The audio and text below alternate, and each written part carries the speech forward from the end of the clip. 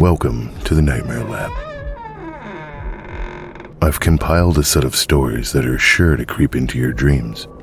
Lock your doors, turn out the lights. Let the nightmare begin.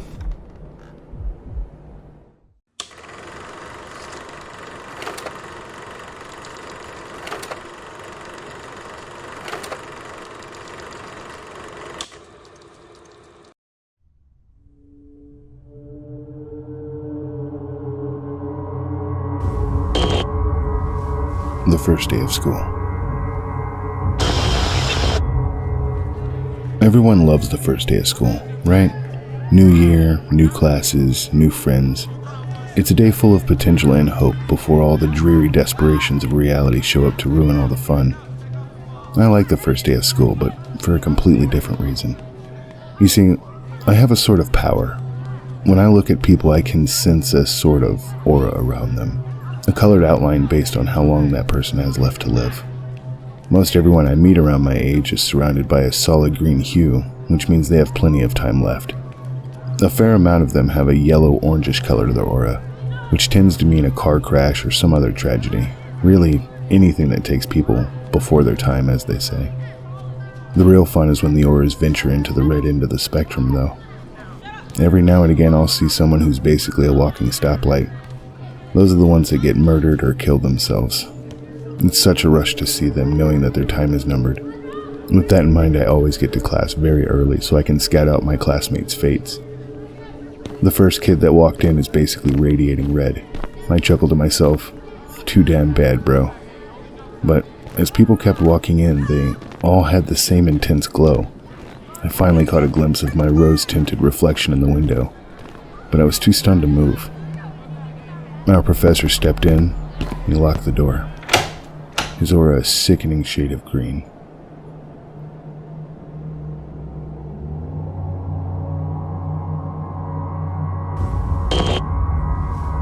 My brother Charlie. I hate it when my brother Charlie has to go away. My parents constantly try to explain to me how sick he is. That I'm lucky for having a brain where all chemicals flow properly to their destination like undammed rivers. When I complain about how bored I am without a little brother to play with, they try to make me feel bad by pointing out that his boredom likely far surpasses mine, considering he's confined to a dark room in an institution. I always beg for them to give him one last chance. Of course, they did it first. Charlie has been back home several times, each shorter in duration than the last. Every time without fail, it all starts again. The neighborhood cats with gouged eyes showing up in his toy chest. My dad's razors found dropped on the baby slide in the park across the street. Mom's vitamins replaced by bits of dishwashing tablets. My parents are hesitant now, using last chances sparingly. They say his disorder makes him charming, makes it easy for him to fake normalcy, and to trick the doctors who care for him into thinking that he's ready for rehabilitation. They say I'll just have to put up with my boredom, if that means staying safe from him. I hate it when Charlie goes away. It means I have to pretend to be good until he gets back.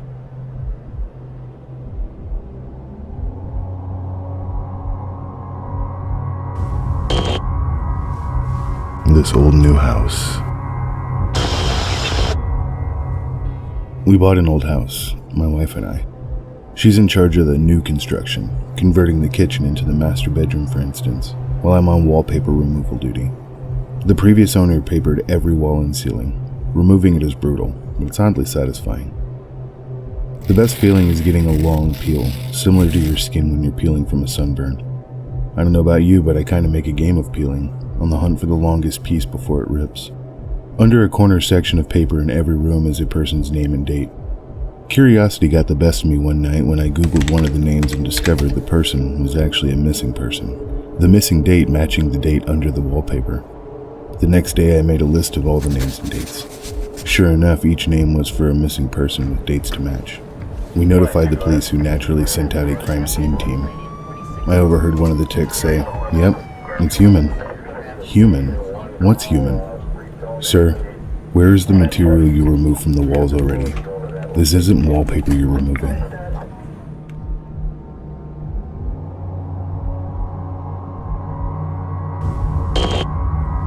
Guardian. He awoke to huge insect-like creatures looming over his bed, and he screamed his lungs out. They hastily left the room, but he stayed up all night shaking and wondering if it had been a dream. The next morning there was a tap at the door. Gathering his courage, he opened it to see one of them gently place a plate filled with fried breakfast on the floor, then retreat to a safe distance. Bewildered, he accepted the gift. The creatures chittered excitedly. This happened every day for weeks. At first he was worried they were fattening him up, but after a particularly greasy breakfast left him clutching his chest from heartburn, they were replaced with fresh fruit. As well as cooking, they poured hot steamy baths for him and even tucked him in when he went to bed. It was bizarre. One night he awoke to gunshots and screaming. He raced downstairs to find a decapitated burglar being devoured by insects. He was sickened, but disposed of the remains the best he could. He knew they had just been protecting him. One morning, the creatures wouldn't let him leave his room. He laid down confused, but trusting as they ushered him back into bed. Whatever their motives, they weren't going to hurt him. Hours later, a burning pain spread throughout his body. It felt like his stomach had been filled with razor wire. The insects chittered as he spasmed and moaned. It was only when he had felt the terrible squirming beneath his skin that he realized that the insects hadn't been protecting him. They had been protecting their young.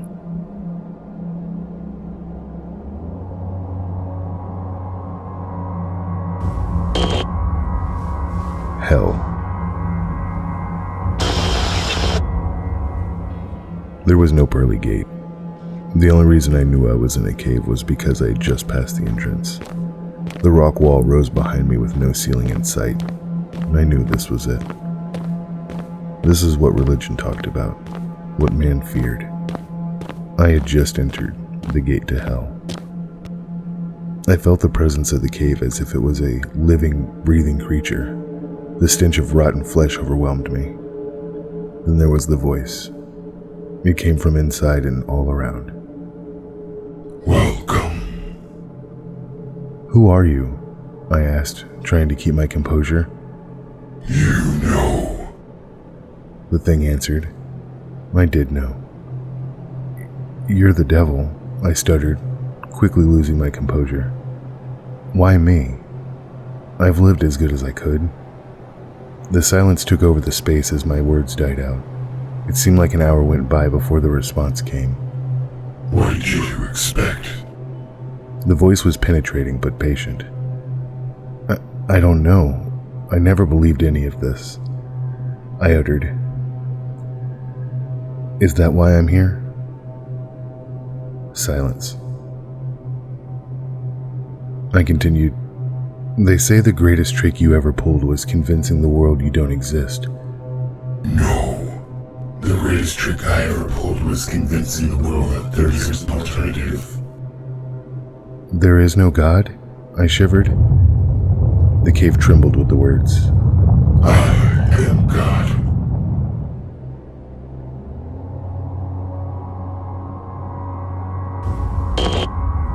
Next time you'll know better. Have you ever walked into a room and found a vampire? No, not the sexy kind, but the foul creature with bony limbs and ashen skin. The kind that snarls as you enter, like a beast about to pounce. The kind that roots you to a spot with its sunken, hypnotic eyes, rendering you unable to flee as you watch the hideous thing uncoil from the shadows. Has your heart started racing, though your legs refuse to? Have you felt time slow as the creature crosses the room in the darkness of a blink? Have you shuddered with fear when it places one clawed hand atop your head and another under your chin so it can tilt you, exposing your neck? Have you squirmed as its rough, dry tongue slides down your cheek, over your jaw, to your throat, in a slithering surge that seeks your artery? Have you felt its hot breath release in a hiss against your skin when it probes your pulse? The flow that leads to your brain. Has its tongue rested there, throbbing slightly as if it savored the moment? Have you then experienced a sinking, sucking blackness as you discover that not all vampires feed on blood? Some feed on memories. Well, have you? Maybe not. But let me rephrase the question. Have you ever walked into a room and suddenly forgot why you came in?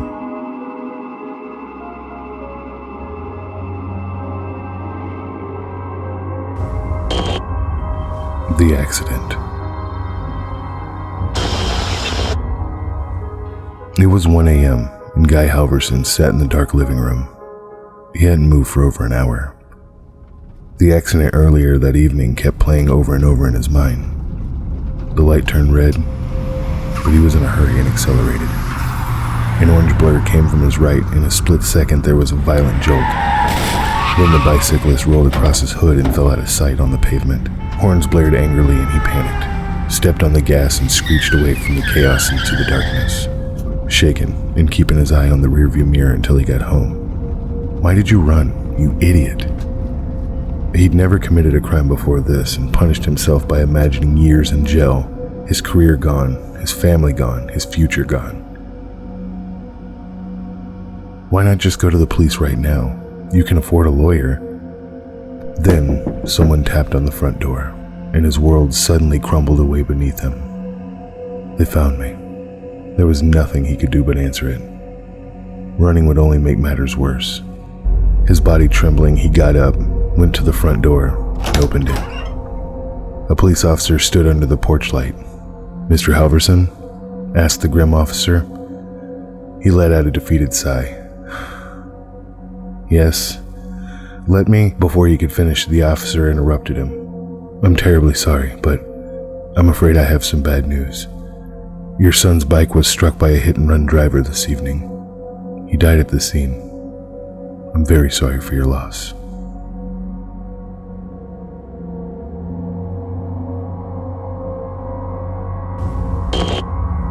The Fallen.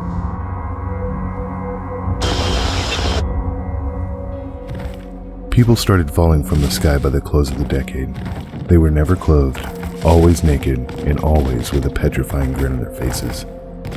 It had been just a few at first, but then hundreds and thousands would fall at a time, destroying cars, homes, blocking off highways. Strange discoveries were made upon research. They were human, but lacked any blood, intestines, or even a heart. No one could explain the hideous grins they had, or even where they came from. It was a woman in Costa Rica who made the latest and most disturbing discovery. She recognized one of the fallen bodies as a long-dead relative, one who died back when she was a teenager. Then more and more identifications were made. Soon people were picking out their long-dead loved ones among the video feeds, cadaver piles, and crematoriums. No one could explain why they were coming back, and even falling from the sky. Even more distressing, after disposing of the bodies, it wouldn't be long until the same body came plummeting from the sky again. You couldn't get rid of them. People were getting killed by higher volumes of falling bodies. And soon after burial, they too began to fall. My mother was killed when a body landed on her car, crushing her. Next week, the news reported on a body that had gotten lodged in an airplane windshield. I saw my mother's grinning face, the happiest I'd ever seen her. They say when hell is full, the dead shall walk the earth. What about heaven?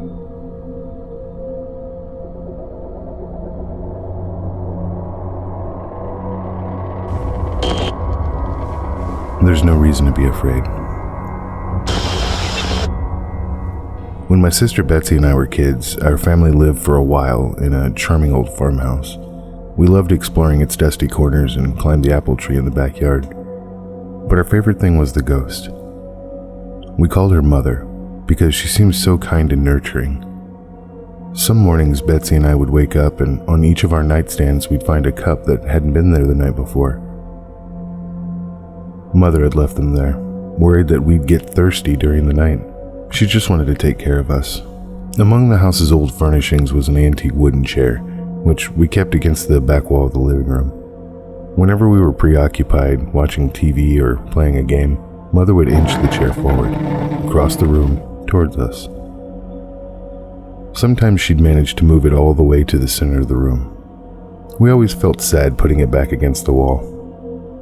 Mother just wanted to be near us. Years later, long after we'd moved out, I found an old newspaper article about the farmhouse's original occupant, a widow. She'd murdered her 2 children by giving them each a cup of poisoned milk before bed. Then, she hanged herself. The article included a photo of the farmhouse's living room, with the woman's body hanging from the beam. Beneath her, knocked over, was the old wooden chair, placed exactly in the center of the room.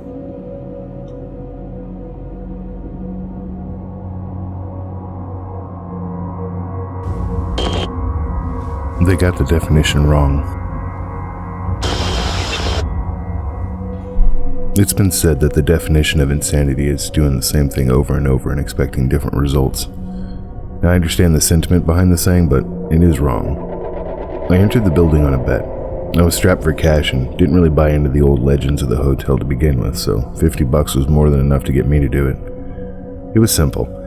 Just reach to the top floor, the 45th floor, and shine my flashlight from a window. The hotel was old and broken, including the elevators, so that meant hiking up the stairs. So up the stairs I went.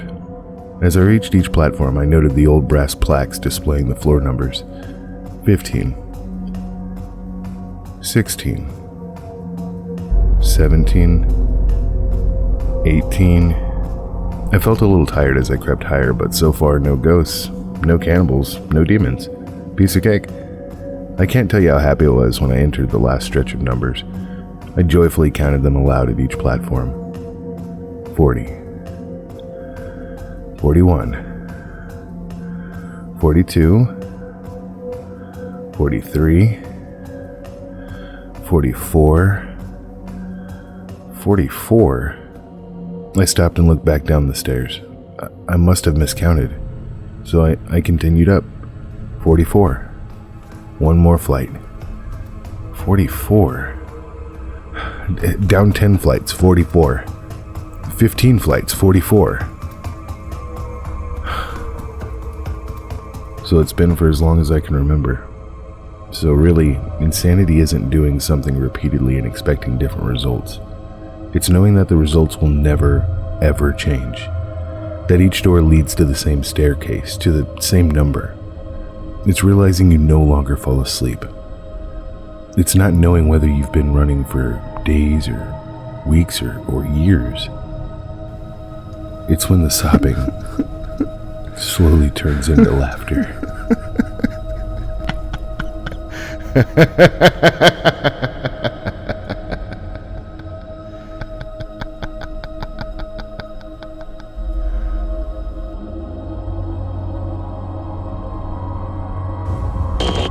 He stood against my window. I don't know why I looked up, but when I did, I saw him there. He stood against my window. His forehead rested against the glass, and his eyes were still in light, and he smiled a red lipstick cartoonish grin. And he just stood there in the window. My wife was upstairs sleeping, my son was in the crib, and I couldn't move. I froze and watched him looking past me through the glass. Oh, please no. His smile never moved, but he put a hand up and slid it down the glass, watching me. With matted hair and yellow skin and face through the window, I couldn't do anything. I just stayed there, frozen, feet still in the bushes. I was pruning, looking into my home. He stood against my window.